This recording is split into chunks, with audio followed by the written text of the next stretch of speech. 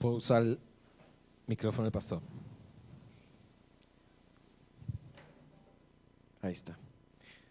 Aleluya. Pueden ir sacando sus Biblias, que la vamos a necesitar hoy día, como siempre los domingos. Amén. Amén. Chévere. Yo tengo el privilegio de poder predicar hoy día sobre algo que nosotros escuchamos en la conferencia de la Marcha de las Naciones. ¿Ok? Y esa prédica la hizo el pastor Stefan Haas, que es nuestro pastor principal en la iglesia de Leipzig. Así que él es un maestro de la Biblia, estudiante de la palabra de locos, la verdad. Ahorita vamos a escuchar también algunas cosas que hizo. Lee la Biblia en las mañanas en griego, en hebreo, en alemán. Así va mezclando del día como tiene ganas, lee la Biblia. No, pero la verdad es súper chévere. Y él habló sobre un tema muy importante que creo que es muy importante para nosotros también de escuchar, que es sobre Israel y las naciones. Y la prédica hoy se llama Israel, clave de bendición, como algunos de ustedes han visto en el folleto, en el afiche que hizo el pastor, que está súper chévere. Amén. Y vamos a abrir el texto bíblico, los versículos que él usó para este mensaje sobre el cual se construye todo el mensaje de hoy. ¿Okay? Así que necesito que ustedes abran conmigo Isaías 25, 7 al 8. ¿Okay? Isaías 25, 7 al 8, donde estás en tu casa también. Abre tu Biblia, por favor.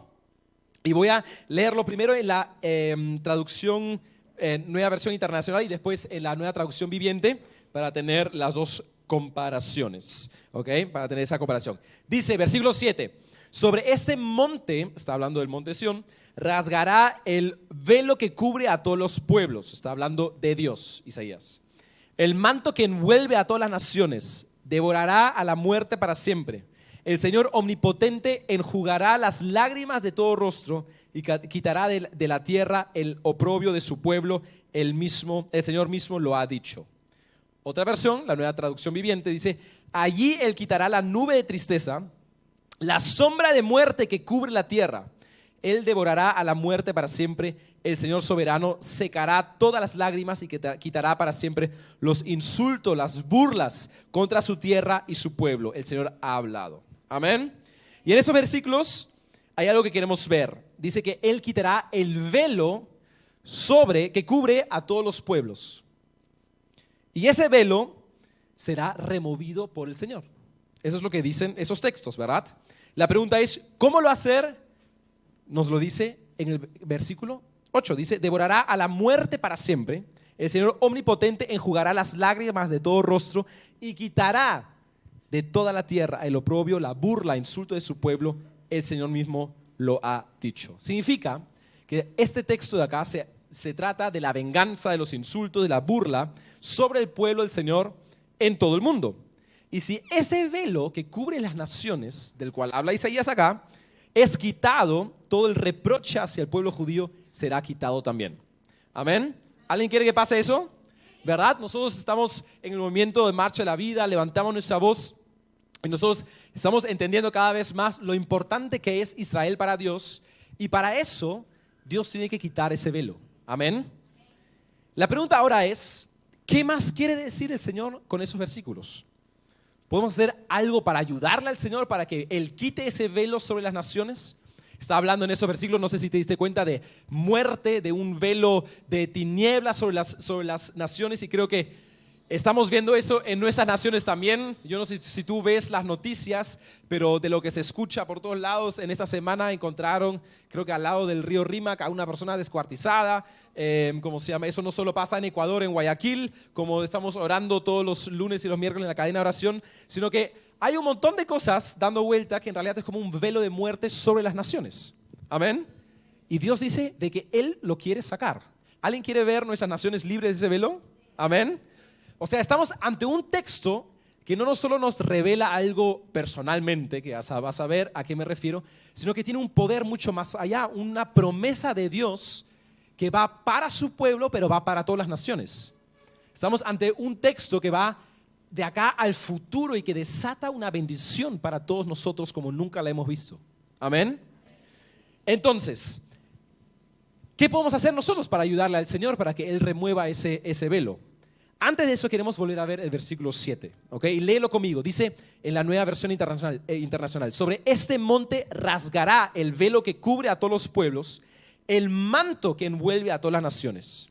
Y vemos algo acá muy interesante, y eso es algo que se usa mucho en la Biblia, que se llama parallelism membrorum, ¿ok? En inglés. Busqué primero eso, qué significa eso en español, y dice acá, el paralelismo de los miembros. Dice acá. ¿Qué significa eso? Es una herramienta literaria, creo que se dice así, ¿no? Lingüística, literaria, lingüística, que se usa ¿para qué? Para enfocar algo de manera especial. Es decir, que tú dices la misma cosa de dos maneras diferentes, ¿ok? Es como si tú dices, el sol salió y en la próxima oración dices, está brillando. ¿Se entiende a lo que voy? Está queriendo hacer enfoque en algo muy especial. La pregunta es si eso es el caso acá también. ¿Por qué? Porque vemos acá, no sé si tú has visto que primero el texto habla sobre los pueblos. Dile conmigo, pueblos. ¿Cómo se dice pueblos en hebreo? Dice ha'amim. Dile conmigo, ha'amim. Esos son todos los pueblos, se refiere a todos los pueblos, o sea, al judío también, ¿ok? Y después en el versículo 8 dice naciones. En hebreo, ha-goyim. Digo conmigo, ha-goyim. Que es muy interesante porque las naciones hace referencia en la palabra hebrea a los gentiles. Ha-goyim, sí. Sí, goyim. Sí. Son los gentiles, ¿verdad? María acá, que ha vivido en Israel, ha escuchado esa palabra también. Es experta en hebreo, así que si es que quieren saber alguna palabra más, pueden preguntarle, ¿verdad? Le va a preguntar al chat, a la inteligencia artificial. Significa que acá mismo no estamos hablando del paralelismo de los miembros o, como se dice en inglés, parallelism membrorum, sino que estamos hablando de dos palabras diferentes. Y no solo estamos hablando de los pueblos y naciones, sino que en estos mismos dos versículos hay dos palabras que se parecen mucho también. ¿Ok? Tenemos número uno, el velo, y tenemos el manto que envuelve, ¿verdad? No sé si ustedes, para los que han estado, los que han visto, han estado una vez en una boda, tal vez en la nuestra o en otra, han visto que las mujeres, o mejor dicho, las novias, usan un velo para cubrir su rostro muchas veces. En ese caso, Astrid no lo tenía para adelante, ¿verdad? Y en el momento cuando se casan, el hombre puede destapar el velo, ¿verdad, pastor? ¿Sí? ¿Estoy diciendo bien? ¿Sí? ¿Por qué? Porque es la primera vez que la ve. Ajá, así que significa que el velo, exactamente con ese ejemplo, tapa algo. ¿Se entiende? ¿Verdad? Y el manto también que envuelve, pero será lo mismo. Y vamos a ver qué es lo que podemos ver acá. Pero hay acá algo que podemos hacer para invitar al Señor, para que Él haga esto, para que Él rompa ese velo sobre las naciones. ¿Tú quieres ver que el Señor rompa ese velo de muerte sobre tu nación? ¿Amén? ¿Sí? La pastora con su agua alemán también. Del avión te lo robaste, ¿no? ¿No? Ah, ya. Ah, en Plaza Vea, ok. Lo compró, he dicho, sí. Entonces, el pastor Stefan dice que hay mínimamente 3 factores, mejor dicho, 3 problemas claves que nos han llevado a nosotros de que la tierra y las naciones estén cubiertas con un velo de muerte. ¿Ok? ¿Quieren saber cuáles son? ¿Sí? ¿Amén? Amén. 3 de ustedes. Amén. Eso, bien. Problema número 1, la falsa fachada. Digo, amigo, falsa fachada. Ok, vamos a ver Isaías 25:7. Aaroncito, ¿qué dice acá? Sobre este monte rasgará el velo que cubre a todos los pueblos, el manto que envuelve a todas las naciones. La palabra velo, y es interesante porque yo lo busqué también después de que el pastor Stefan lo dijo, sí, en hebreo se dice lot. Digo conmigo lot. ¿Ok? Significa una cubierta, un cubrevelo, una mortaja. ¿Ustedes saben qué es una mortaja? ¿No? Es ese manto que se le pone a los muertos. O funda de velo. ¿Ok? Mortaja es un vestido, sí, con el que envuelven los muertos, sí. Como a los faraones o a veces también, ¿verdad? Que se le ve en los sarcófagos de esa manera. el lugar de ropa interior. ¿Ok? Así que ya saben qué es lo que hay debajo de esa mortaja. Entonces, la palabra velo en hebreo se dice lot. Di conmigo lot. ¿Ok? Significa cubierta, mortaja, cubrevelo o funda de velo. Y es interesante, en la Biblia solo se usa en este versículo y solamente 2 veces más se usa como verbo en la Biblia. ¿Ok? Pero la pregunta es, ¿de qué se trata esa palabra? Y algunos de los que han estado en mosca y han estado pensando y proyectándose, porque leen su Biblia y conocen, de que hay alguien en la Biblia que se llama Lot. Igualito, velo, ¿verdad? Funda de velo. ¿Lot era quién? El sobrino de Abraham. Muy bien. ¿Ok? Entonces, el sobrino de Abraham, la funda de velo. Así sea, eso es su nombre. Interesante, ¿no? Y vamos a ver la funda de velo, sí. Vamos a ver qué hay con ese Lot. ¿Qué tiene que ver eso con la falsa fachada? ¿Qué tiene que ver eso con el velo sobre las naciones? ¿Qué tiene que ver eso con lo que Dios quiere hacer? Ahora, imagínate a Abraham. Imagínate a Abraham, ¿ok? Que está caminando con el Señor, ¿ok? Puede ir en el caballo, en camello, ¿no? En camello también, va en camello, ¿ok? Y el Señor, ¿qué hace el Señor con él? Le habla, le da profecías, se encuentra con él poderosamente, ve milagros, tiene relación personal con Dios, amén, ¿verdad? Y ¿sabes qué es interesante? Dios le dijo que vaya a la tierra prometida, ¿verdad? Que vaya, que él lo va a guiar, que va a hacer, y que vaya sin ¿quién? Sin su familia, ¿no? ¿Verdad? ¿Y qué hizo Abraham? Se llevó al papá y se llevó a Lot también, ¿ok? Y no queremos entrar tan en detalle qué es lo que hizo mal Abraham, pero lo que te das cuenta en realidad es que Lot ha estado con Abraham en todas esas partes y ha sido partícipe de todo lo que Abraham ha vivido. Interesante, ¿verdad? En realidad, mejor lugar en esa época no había que estar al lado del elegido, del ungido, que era Abraham. Amén. Pero ¿saben cuál es el problema? Aún así, por una pequeña estupidez, por una pelea entre los pastores, en un momento Lot dice: Abraham, yo ya no quiero estar contigo, me voy a separar de ti y vamos a dividir la tierra. Entonces Abraham, todavía toda buena gente, le dice: ok, elige tú primero. Entonces Lot elige la tierra que se veía hermosa, ¿verdad? Conocemos esa historia y se va a su tierra, ¿verdad? Al final termina viviendo en Sodoma y Gomorra, y cuando viene el juicio, ¿verdad? Lo que hace Lot es que se muda de ahí, se muda al este del Mar Muerto y ahí muere.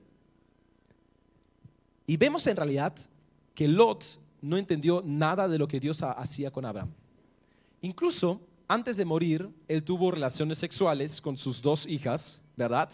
De esas relaciones nacieron Amón y Moab, ¿verdad? Y de los cuales venían los amonitas y los moabitas, que son enemigos de Israel y del pueblo de Dios. Interesante, ¿no? ¿Verdad? Estando tan cerca de la persona bendecida, del ungido, del que tiene la promesa, termina alejándose y termina siendo enemigo de Dios mismo. ¿Y por qué es eso? ¿Cuál fue el problema? Lot solo tenía la cáscara, solo tenía la funda, ¿ok? Y me hago acordar ahorita a Marí porque está buscando su funda de almohada, ¿verdad? La funda de almohada es lo que está afuera, ¿no? La almohada adentro.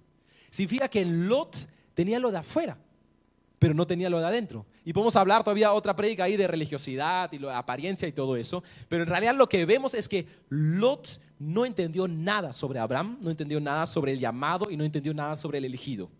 Siempre caminó a su lado, pero no entendió nada, porque a más tardar, luego de que cayese el juicio de Sodoma y Gomorra, donde todo se estaba destruyendo, yo hubiese vuelto a decirle a Abraham: necesito tu ayuda, ¿verdad? Pero no, se puso terco y murió mal. Cuando los cristianos solo tienen la funda pero no el núcleo, o parte solo del núcleo, no pueden reconocer el llamado al ungido, al elegido, y no pueden entender nada de la elección de Dios. Significa, si tú y yo no entendemos el núcleo de Dios, tú y yo estamos automáticamente separados de Él. Interesante, ¿no? Y interesante que en el núcleo de Dios, sí o sí, Israel y la elección de su pueblo es parte. Porque Dios en la Biblia dice que Él ama a Israel y Él eligió el pueblo judío. Significa que si tú y yo no entendemos eso, y solo tenemos una parte del núcleo o queremos vivir siendo cristiano de acá para allá en algunos temas y en realidad solo somos como Lot que tenemos la funda pero no el núcleo, tú y yo automáticamente nos separamos de Dios y nosotros no podemos entender su corazón. Interesante, ¿no? Y eso es amargo, porque tú nunca logras llegar a la presencia de Dios por completo y lo que Él quiere darte. Y el pastor Stefan dice que en los últimos 20 a 30 años Dios está llamando de una manera intensiva a todos sus pueblos en todo el mundo hacia el pueblo judío. Él no solo escucha ese llamado, siempre está más en peligro de tener solo una parte del núcleo y no todo, porque eso es parte de Dios. Su amor por los judíos e Israel es parte del corazón de Dios. Y hemos entendido solamente una fracción del corazón de Dios, sino hemos entendido el amor que Dios tiene por su pueblo escogido en Israel. Significa, número uno, que causa y ha causado el velo sobre las naciones. Y tú y yo somos parte de las naciones, significa el velo también sobre tu vida es de que no hemos entendido el núcleo del corazón de Dios. Y muchas veces vivimos solo conociendo la cáscara, pero no hay nada dentro. Y como lo dije antes ya, eso puede ser una prédica de por sí sobre religiosidad, de que tal vez juegas a ser cristiano, pero tú no tienes tiempos con Dios, que tú no tienes una vida que realmente lo representa a Él, pero al mismo tiempo también de que tú no has entendido la importancia del pueblo de Israel en tu fe. Amén. Punto número 2, ¿están conmigo todavía? Amén. Punto número 1, ¿cuál era el primer problema? La falsa fachada. Número 2, problema número 2, falsa motivación. Digo conmigo, falsa motivation. Motivación. ¿Verdad, Chi? ¿Verdad, Chi? El pastor Stefan nos contó en una enseñanza en la conferencia de la Marcha de las Naciones que hace como 3 años atrás le picó el bichito. Y no estoy hablando del COVID, sino estoy hablando de las ganas de querer saber cuál es el versículo que está en la mitad del Tanaj. ¿Qué es el Tanaj? Es el Antiguo Testamento en el orden bíblico de los judíos. Tenemos la Torá, ¿verdad? Que son los 5 primeros libros de la Biblia, ¿ok? La Biblia de Naomi solo tiene 5 libros, son los 5 libros de la Biblia, ¿ok? Después tenemos, acá vamos a aprender, los Neviim, que son los profetas, y después los Ketuvim, que son los escritas, ¿verdad? Donde están los salmos, los proverbios, ¿ok? Y él estuvo tan impactado de lo que él veía con sus amigos judíos que ellos estudian realmente la Biblia al más mínimo detalle. A los judíos les encanta, por ejemplo, saber en un libro cuál es la palabra de medio de ese libro. Y tú sabes que los judíos no solo ven la palabra, sino que ellos incluso cuentan los signos. ¿Ok? O sea, bastante trabajo. Imagínate, no sé cuántas palabras tiene un libro de la Biblia, depende cuál. Tal vez Ruth, que tiene pocos capítulos menos. Y Stefan dijo, ¿sabes qué? Yo también quiero saber cuál es la mitad del Tanaj, que es el Antiguo Testamento. Y comenzó a preguntar, comenzó a buscar y no recibía información, no se la daban, ¿ok? Ni sus amigos judíos tampoco no sabían. Entonces dijo, Dios, ¿lo voy a tener que hacer yo? ¿Ok? No le preguntó, eso hubiese sido una buena idea, pastor, ¿no? De preguntarle al chat ¿cómo se llama? GPT, ¿no? Ahora que se me ocurre. Voy a escribirle a ver si le coincide. Y lo que hizo es, no dijo muy bien cómo, pero consiguió una manera mitad virtual, mitad manual de saber cuál es el versículo de la mitad del Antiguo Testamento. ¿Quién sabe cuál es? ¿Sí? Ok, entonces abran sus Biblias en Isaías 22. Interesante que seguimos en el libro de Isaías. Estábamos ahorita en Isaías 25, pero ahora estamos en Isaiah 22, ok, versículos 15 al 19. Isaías 22, 15 al 19, ok. El mensaje para Sebna. ¿Están todos ahí? ¿Cristian? ¿Sí? Amén. Dice, versículo 15, esto me dijo el Señor de los ejércitos celestiales, enfréntate a Sebna, el administrador del palacio, y dale este mensaje. ¿Quién te crees que eres? ¿Y qué haces aquí? Construyéndote una hermosa sepultura, un monumento en lo alto de la roca. Pues el Señor está a punto de arrojarte lejos, hombre poderoso. Te agarrará, te arrugará y hará de ti una bola. Te lanzará a una tierra árida y distante. Ahí morirás. y tus gloriosos carros de guerra quedarán rotos e inútiles. Eres una vergüenza para tu amo. Sí, te sacaré de tu puesto, dice el Señor, te derribaré de tu elevada posición. ¡Wow! ¿Qué pasó acá con Sebna? ¿Cómo metió la pata para que Dios mismo le diga eso? En realidad lo que Dios le dijo es que lo va a envolver en un saco, va a hacer una vaina así y lo va a tirar para afuera, lo va a sacar de su posición, le va a sacar su poder, su autoridad y lo va a dejar morir en algún lado insignificante. Eso es lo que la Biblia está diciendo. En realidad está destruyendo por completo la vida de Sebna. ¿Pero qué hizo Sebna? Para darle un poco de contexto a ese fragmento, hay que saber que Sebna era el administrador. ¿Okay? También hoy en día del palacio, se puede interpretarlo como el primer ministro. En realidad, el jefe del Estado debajo del presidente del rey. ¿Okay? O sea, era acá el más. No era el más, sino que era el más. ¿Se entiende? Del rey Ezequías. Digo conmigo, rey Ezequías. Y se declara juicio sobre él. Y se ve que cuando tú sigues leyendo Isaías del 36 al 39, se ve cómo pasa eso realmente con Sebna. Que a Sebna le quitan la administración y lo bajan de puesto a escriba. Era el jefe de administración de todo el palacio, de todo el pueblo, y al final solo era un escriba que escribía un par de cositas, ¿ya? Y eligen a Eliakim, sobre el que se habla luego y se convierte en administrador del palacio de Ezequías. Pero ¿por qué Dios estaba tan furioso de Sebna? Estamos hablando del problema número 2, falsa motivación. Y para eso traje una imagen. Y ahí necesito al DJ Sencio que lo meta, por favor. ¿Está ahí? ¿Yo sí? Eso. Ok, se ve muchísimo. Les voy a explicar lo que ven, ¿ya? Esto de acá es una resolución HD de la tumba de Sebna, ¿ok?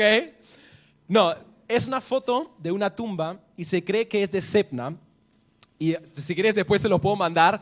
Acá incluso hay inscripciones que cuando tú los lees, hoy en día todavía existe esa tumba, tú puedes añadir las letras que ya no se ven y sale el nombre de Sebna, ¿ok? ¿Y por qué? ¿Qué tiene que ver esa tumba con el derrumbe de la vida de Sebna? Es lo siguiente. Sebna estaba solo pendiente de sí mismo. ¿Por qué? Porque en esas épocas lo que Sebna hizo es, se mandó a construir una tumba en lo más alto de la roca, ¿ok?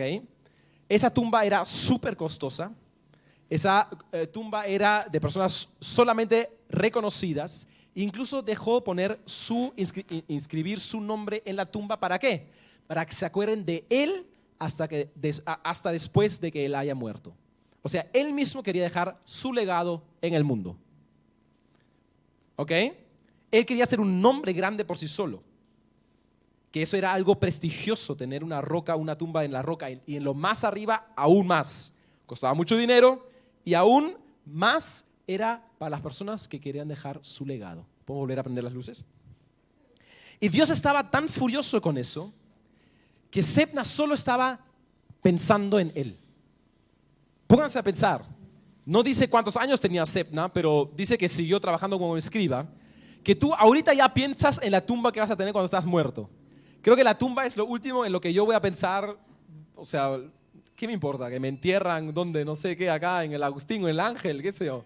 ¿Verdad? En los jardines de la paz. Ahí quiere ir Naomi, ¿no? En Jerusalén, ¿no? Pero Sebna vivía en una falsa motivación.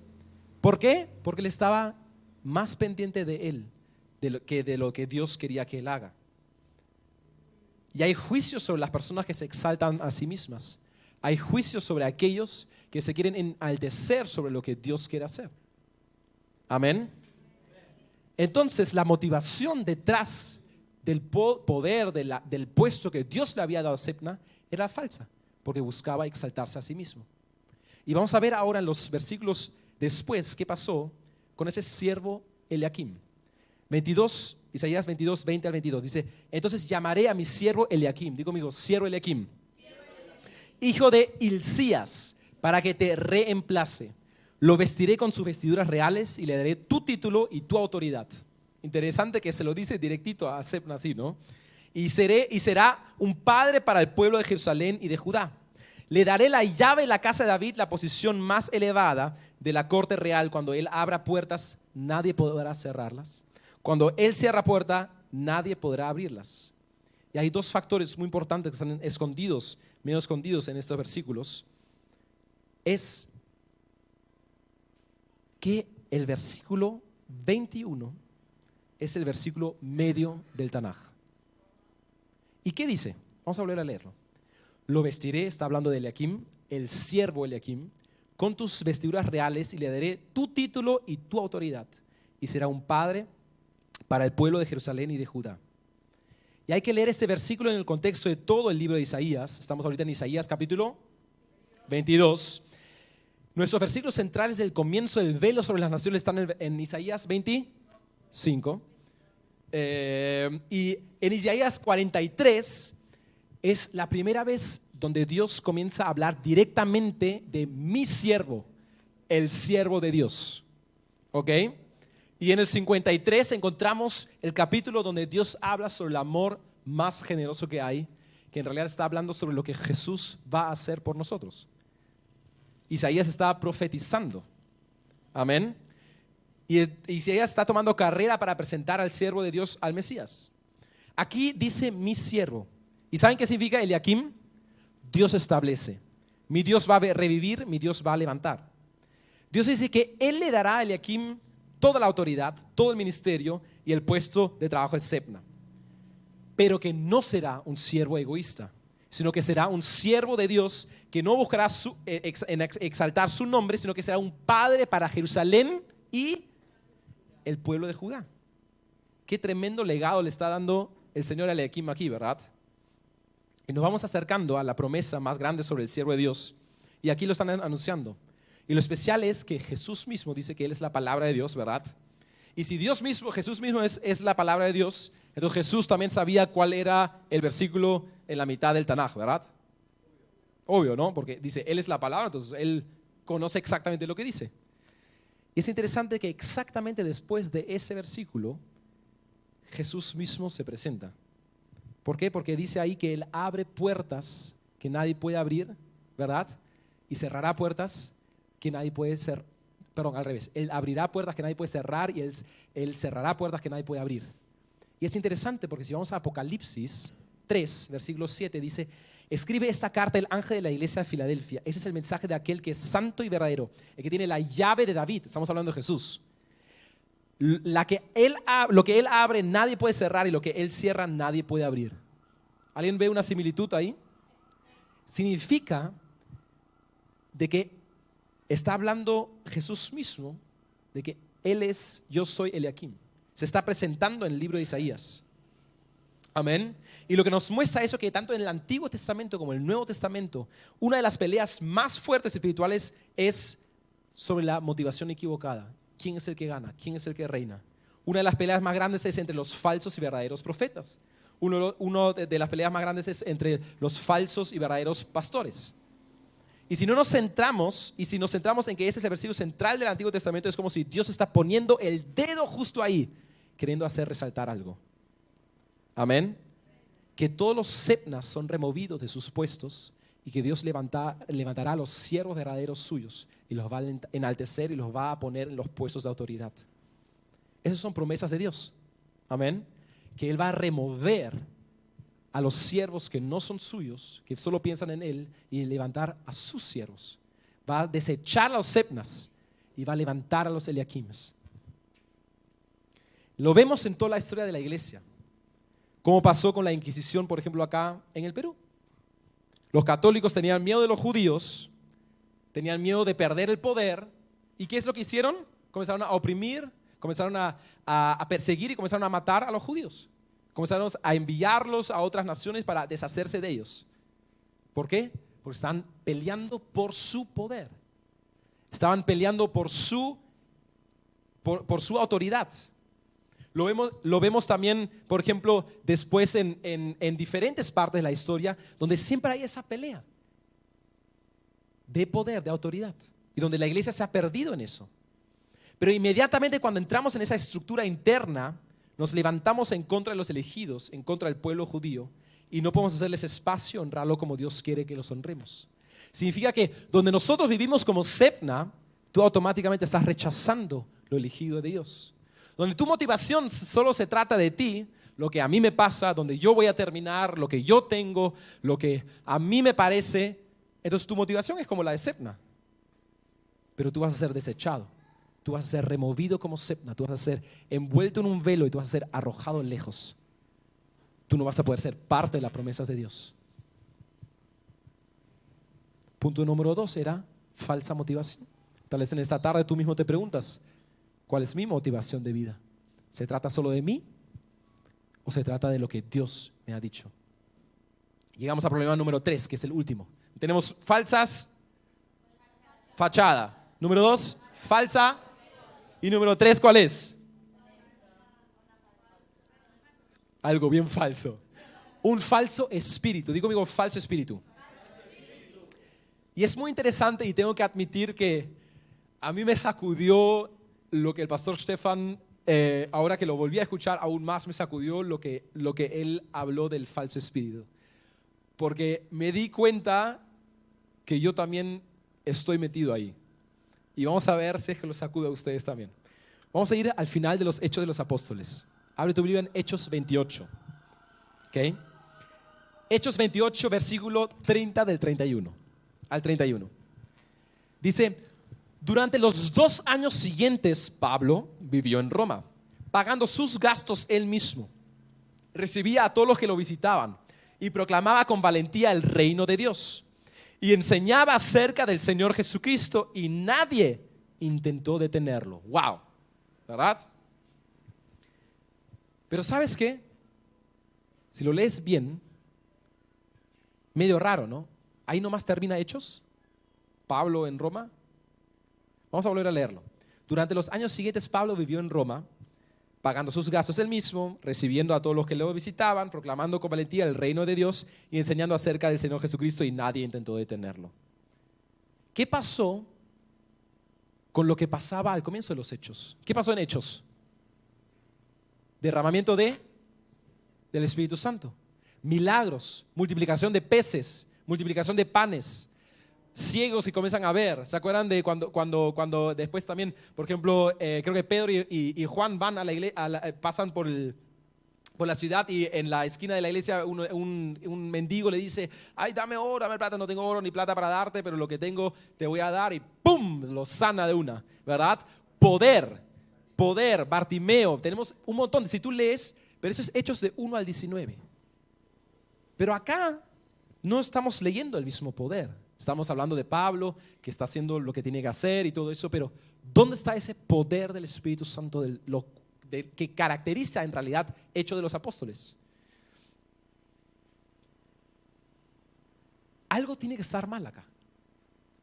¿Y qué tiene que ver eso con ese falso espíritu? Y lo que vamos a ver es que en los versículos anteriores, Hechos mismos nos describe qué pasó. ¿Cuál fue la razón por el apagón espiritual en esa época? ¿Quieren saber? ¿Sí? Pablo fue a Roma. Acabamos de leer que estaba en Roma, ¿no? ¿Dónde estaba? Y quedó en reunirse con los líderes judíos. Y ¿sabes qué? Ellos incluso estaban alegres. Ellos dijeron, yo no sé qué es lo que me vas a decir, no me has mandado carta, pero yo quiero saber, Pablo, lo que tú tienes para decirnos. ¿Ok? Y dice Hechos 28, 23 al 28, los versículos anteriores, dice, entonces fijaron una fecha, Pablo con los, líderes judíos, y ese día mucha gente llegó al lugar donde Pablo estaba alojado. Él explicó y dio testimonio acerca del reino de Dios y trató de convencerlos acerca de Jesús con las Escrituras. ¿Ok? Intentó de convencerlos. Usando la ley de Moisés, los libros de los profetas, les habló desde la mañana hasta la noche. Bien trabajador el Pablo, ¿no? Algunos se convencieron por las cosas que dijo, pero otros no creyeron. Después de discutir entre unos y otros, se fueron con las siguientes palabras finales de Pablo. El Espíritu Santo tenía razón cuando les dije a sus antepasados por medio del profeta Isaías, ve y dile a este pueblo, cuando ustedes oigan lo que digo, no entenderán, cuando vean lo que hago, no comprenderán, pues el corazón de este pueblo está endurecido y sus oídos no pueden oír, y han cerrado los ojos, así que sus ojos no pueden ver y sus oídos no pueden oír, y su corazón no puede entender y no pueden volver a mí para que yo los sane. Así que quiero que sepan que esta salvación de Dios también se ha ofrecido a los gentiles y ellos sí la aceptaron. Y nos podemos imaginar que viendo este versículo, se usa mucho para describir qué cosa. Que Pablo se reunió con el pueblo, con los líderes judíos, ¿verdad? Y que no querían hacerle caso, y por eso él dice, pero sabes que los gentiles sí lo hicieron. ¿A qué te suena eso? Estamos viendo de que muy probablemente, y eso es lo que vemos en la historia también, nosotros en la iglesia hemos comenzado a usar esa parte de la Biblia ¿para qué? Para introducir también la teoría de reemplazo. ¿Por qué?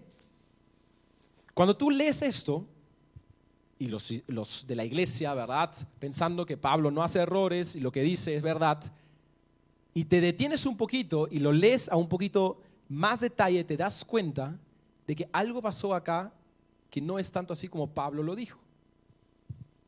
Y que en realidad desató enemistad para el pueblo de Israel. Y desató antisemitismo y desató de que la iglesia se separase de la iglesia primitiva o de la primera iglesia, que eran los fundamentos de los hebreos, de los judíos, ¿verdad? ¿Qué es lo que pasó? Y esto la verdad, yo también primero leí y dije, ¿será verdad lo que el pastor Stefan está diciendo ahí? O sea, ¿verdad? ¿No? Pablo equivocándose, ¿qué? Leámoslo un poquito con más al detalle. Dice acá que Pablo se reunió con ellos y primero dice de que trató de convencerlos, ¿verdad? Y de que algunos sí creyeron, pero otros no. ¿Y por qué Pablo de la nada salta a decir que todos ellos no entienden, todos ellos no oyen, todos ellos no quieren saber nada? Interesante, ¿no? Y si vemos el porqué de la reunión de Pablo, es que Dios le había dado una tarea en Hechos 23:11, que lo pueden leer ustedes, que le dice, Dios, ve y da testimonio en Jerusalén de tal manera como Jerusalén en Roma también. Esa era la tarea que Dios le había dado a Pablo. ¿Ok?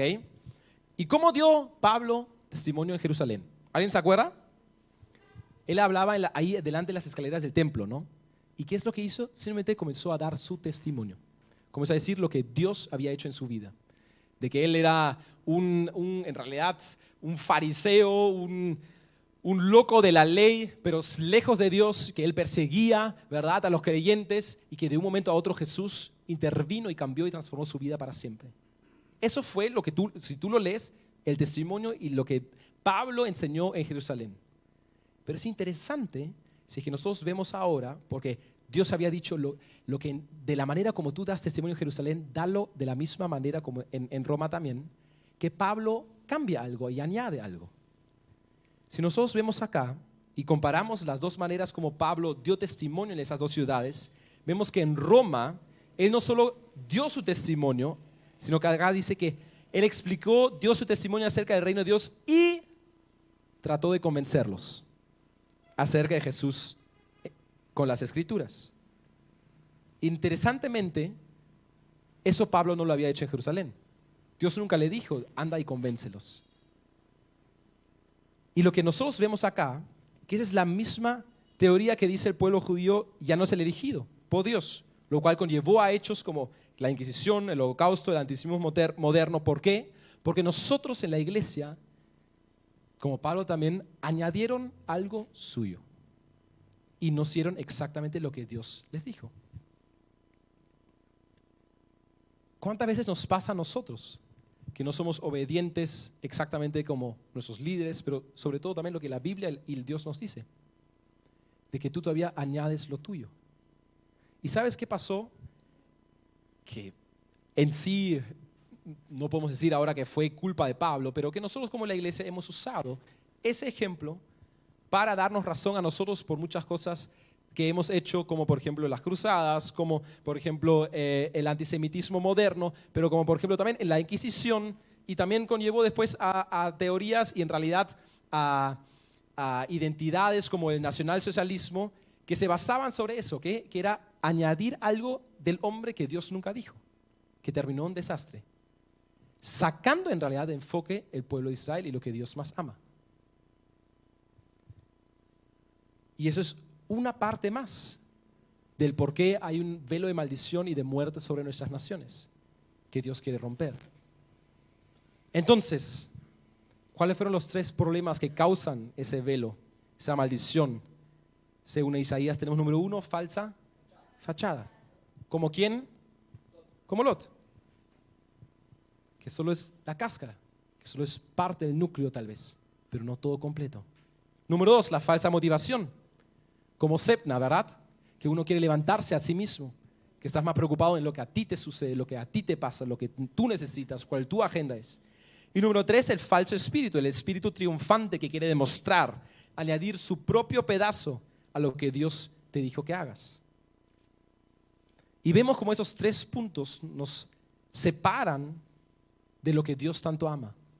Y han separado por siglos y por años.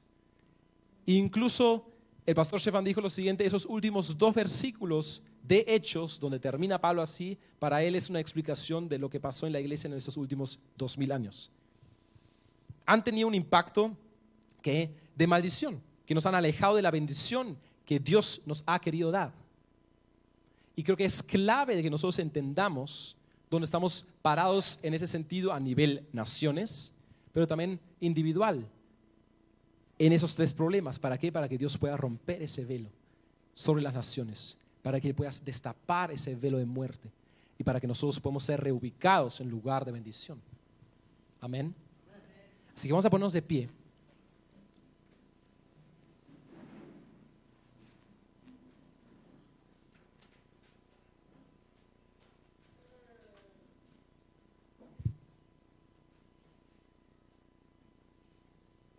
Aleluya. Y creo que es importante de entender de que esto va mucho más allá de nosotros, va en cuanto al destino de nuestras naciones. Amén. Pero es interesante también de que nosotros somos parte de esas naciones. Tú y yo vivimos, por ejemplo, en el Perú. Somos de una nación específica. Significa que nosotros somos los ocasionadores de lo que pasa con nuestras naciones también. Significa que lo que pasa en nosotros individualmente tiene repercusión en lo que pasa en la nación en total. Amén. Y creo que el Señor nos quiere hablar a nosotros también, como nos habló en la conferencia ya, con esta prédica, de que Él quiere usarnos para romper ese velo. Quiere usarnos para sacar ese velo de muerte sobre las naciones y poder volver a instalar su bendición, volver a instalar lo que Él quiere, su primer propósito, que en realidad es el amor a Israel. Y creo que el Señor en esta noche nos está preguntando dónde estamos parados nosotros en cuanto a nuestras naciones, en el Perú, en Paraguay, en Bolivia, en Argentina, en Ecuador, aquellos que están conectados. ¿Cómo se ven esos problemas en nuestras naciones? Vivimos con esa falsa fachada en cuanto a iglesia como Lot, que en realidad no entendemos cuál es el núcleo del corazón de Dios, que dejamos cosas afuera y somos selectos, que en realidad nuestra motivación es de enaltecer a nosotros y tener las mejores iglesias y las más grandes y siempre enaltecer nuestros nombres y en realidad no lo que Dios nos ha dado. Y al mismo tiempo que vivimos con ese falso espíritu, donde nosotros añadimos nuestra partecita, ¿verdad? Porque somos tan buenos. Donde nosotros añadimos cosas a la palabra de Dios y a lo que Él nos ha dicho. ¿Y por qué no lo hacemos así? Que en el lugar donde nosotros estamos, cerramos nuestros ojos. Y creo que el Señor nos ha hablado. Creo que el Señor quiere que le demos una respuesta en esas 2 áreas. Número 1, en cuanto a nuestras naciones, en lo que pasa en nuestras naciones y lo que podemos ver en nuestras naciones, porque está hablando del velo que está sobre las naciones. Y luego también a nivel individual. ¿Y por qué no hacemos así, donde tú te diste cuenta que esos 3 problemas, esas 3 puntos críticos que causan ese velo, tú lo encuentras en tu país? Que en lugar no estás, comenzamos a pedirle perdón al Señor por no habernos separado del núcleo, por habernos separado como país, como nación, como iglesia del amor a Israel, de haber levantado una falsa fachada, de haber levantado una falsa motivación de estar detrás de lo nuestro y de haber vivido con un falso y de vivir con un falso espíritu que reemplaza lo de Dios por lo nuestro. Y ahí donde estás, donde te das cuenta que eso está en nuestro país, en tu nación, comienza a pedirle perdón al Señor. Comienza a humillarte en representación de tu país. Ahí donde estás, ahí donde estás.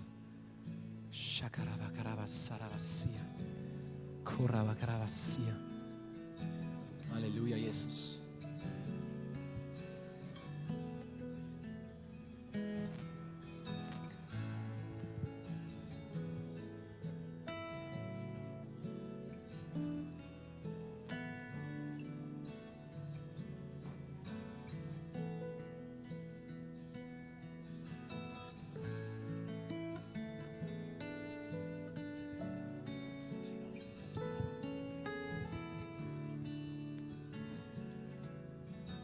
Aleluya, yes.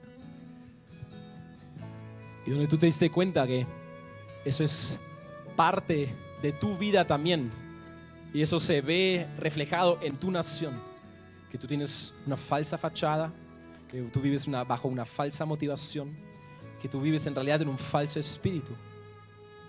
Si eso eres tú hoy, ¿por qué no vienes acá adelante como una señal de decirle, Señor, yo ya no quiero vivir de esa manera.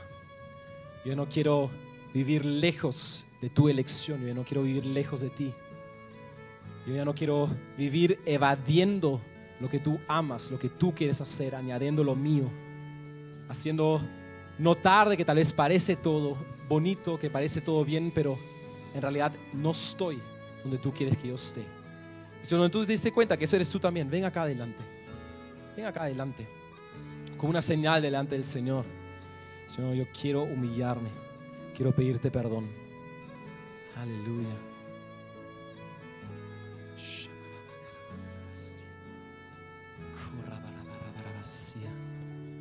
Aleluya, Jesús. Aleluya, Jesús. Necesitamos Jesús. Necesitamos Jesús. Y vente más adelante para que haya más espacio para aquellos los que quieren venir acá adelante.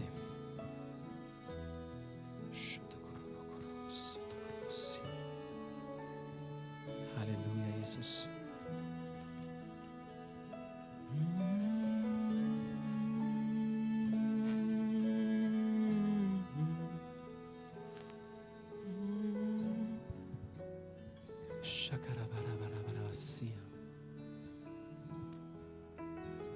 Voy a dar un momento más y tú dices, tú ven acá adelante. Creo que en esta noche el Señor quiere que toquemos su corazón, que marquemos un antes y un después en nuestras vidas, en nuestras naciones, para que esa promesa se haga realidad, para que Él destape ese velo de muerte y comience a desatar bendición. Ven acá adelante.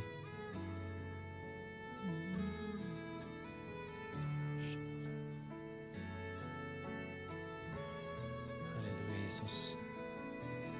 Aleluya, Jesús.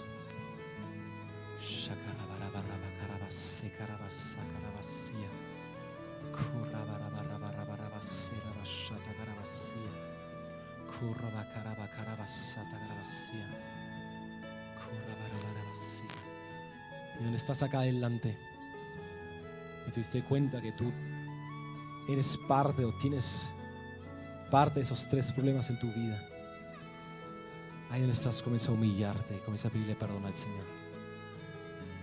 Comienza a pedirle perdón donde tú vivías como Lot, tú vivías como Sebna. Tú en realidad vives también ese falso espíritu, donde no eres obediente al 100%, donde añades tus decisiones, donde añades lo que a ti te parece, lo que a ti te conviene, donde cambias en realidad lo que Dios, y también me atrevo a decir lo que tus líderes te dicen, porque es más cómodo, mejor para ti, y en realidad rechazas de esa manera la palabra del Señor. Ahí no estás, comienza a pedirle perdón, comienza a humillarte. Ahí Ahí donde estás. Oh, y donde estás en tu casa también. Comienza a pedirle perdón al Señor.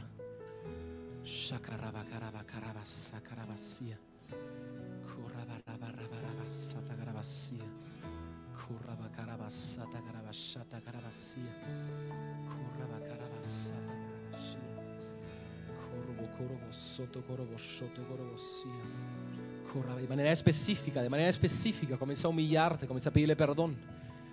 Ahí donde estás. Aleluya, Jesús. Aleluya, Jesús. Aleluya, Jesús. Aleluya, Jesús. Aleluya, Jesús. Aleluya, Jesús. Aleluya, Jesús. Aleluya, Jesús.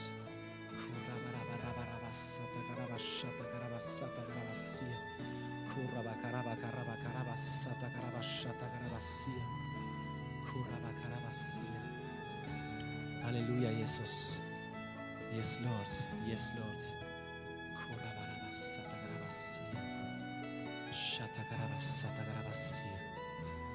Aleluya. Aleluya.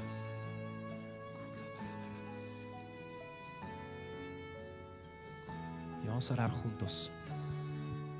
Señor Jesús, te pido perdón por haber sido parte de esos 3 problemas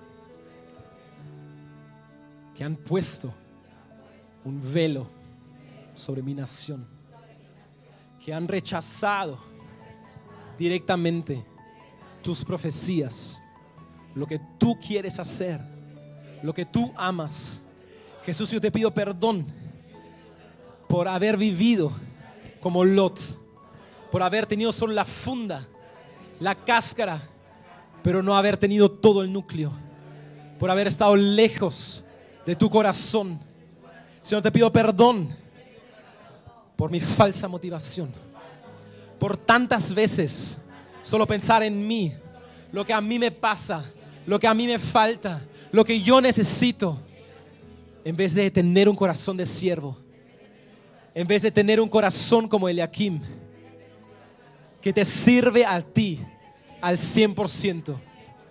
Jesús, te pido perdón por haber vivido con ese falso espíritu, por tener esa mala costumbre de no ser obediente al 100%, de añadir mi parte cuando tú me dices algo, cuando tú me has dicho algo, cuando mis líderes me han dicho algo, de mover lo que ellos me han dicho para que sea más fácil, más conveniente para mí, y de esa manera haber rechazado directamente tu palabra y lo que tú me dijiste. Jesús, te pido perdón por mi corazón duro, rebelde, Señor, por ese velo que yo mismo he puesto sobre mi vida, y por haber sido parte de ese velo que se ha puesto sobre las naciones. Y Señor, te pido perdón donde siempre tengo que ganar, Siempre tengo que ganar, donde siempre tengo que ser yo el que queda bien. donde siempre tengo que ser yo el que queda bien, ¿Cómo le pasó a Pablo? como le pasó a Pablo. Le pidieron que cuente su testimonio, Le pidieron que cuente su testimonio, que no tiene nada que ver con él, que no tiene nada que ver con él, sino con lo que tú haces. sino que con lo que tú haces. Señor, perdóname, Señor, perdóname, donde yo siempre tengo que ser el mejor, donde yo siempre tengo que ser el mejor, donde siempre tengo que estar adelante donde siempre tengo que estar adelante y no tener la actitud que tenía y Jesús, no tener la actitud que tenía Jesús, de ser el último, de ser el último, de sostener a los que no pueden, de sostener a los que no pueden, de no figurar, de no figurar, sino de estar. sino de estar. Te pido perdón, Señor. Te pido perdón, Señor. Gracias por darme una nueva oportunidad. Gracias por darme una nueva oportunidad. Y Señor, al mismo tiempo, te doy gracias que con esa nueva oportunidad yo puedo romper y ayudar a que tú saques ese velo sobre mi nación. Señor, te doy gracias que donde yo me humillo, donde yo comienzo a cambiar, mi nación también lo va a hacer. Y Señor, te doy gracias que donde yo comienzo a caminar, usando esa nueva oportunidad, yo voy a comenzar a ver esa profecía, esa bendición que tú ya declaraste, hecha realidad en mi vida y en mi nación.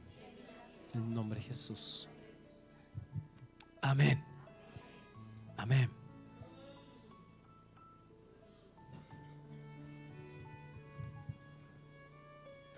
Vamos a... Quédense acá adelante, no tienen que irse. Próximo domingo vamos a seguir con una temática así, porque nos dimos cuenta que los mensajes son demasiado preciosos para juntarlos y cortarlos para que entren. Así que, pero si tú quieres saber más o necesitas saber más, avísame, te puedo mandar el original. Tenemos en YouTube para que lo puedan ver en español, obviamente.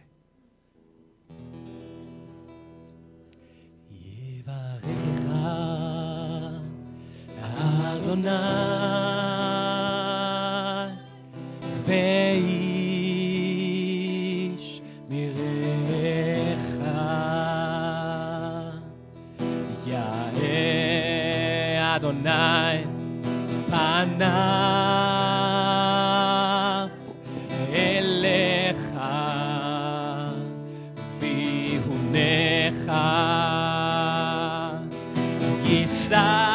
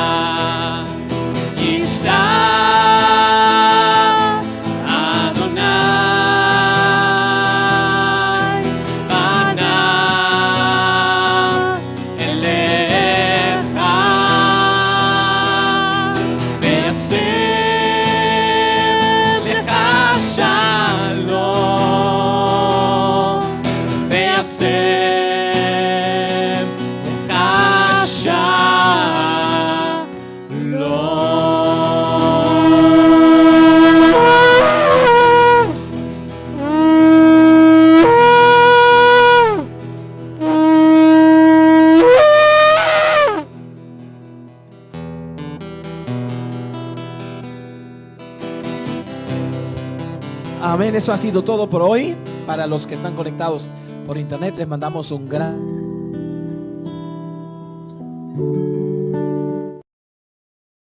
El Espíritu Santo te habló. Busca a tu líder, a tu consejero, para que te pueda ayudar a seguir avanzando. Y nos vemos algunos el martes en la célula, algunos el viernes, donde vamos a estar en vivo acá a las 7:30, y si no en el .com, en la Chosó, o el domingo a las 4 de la tarde.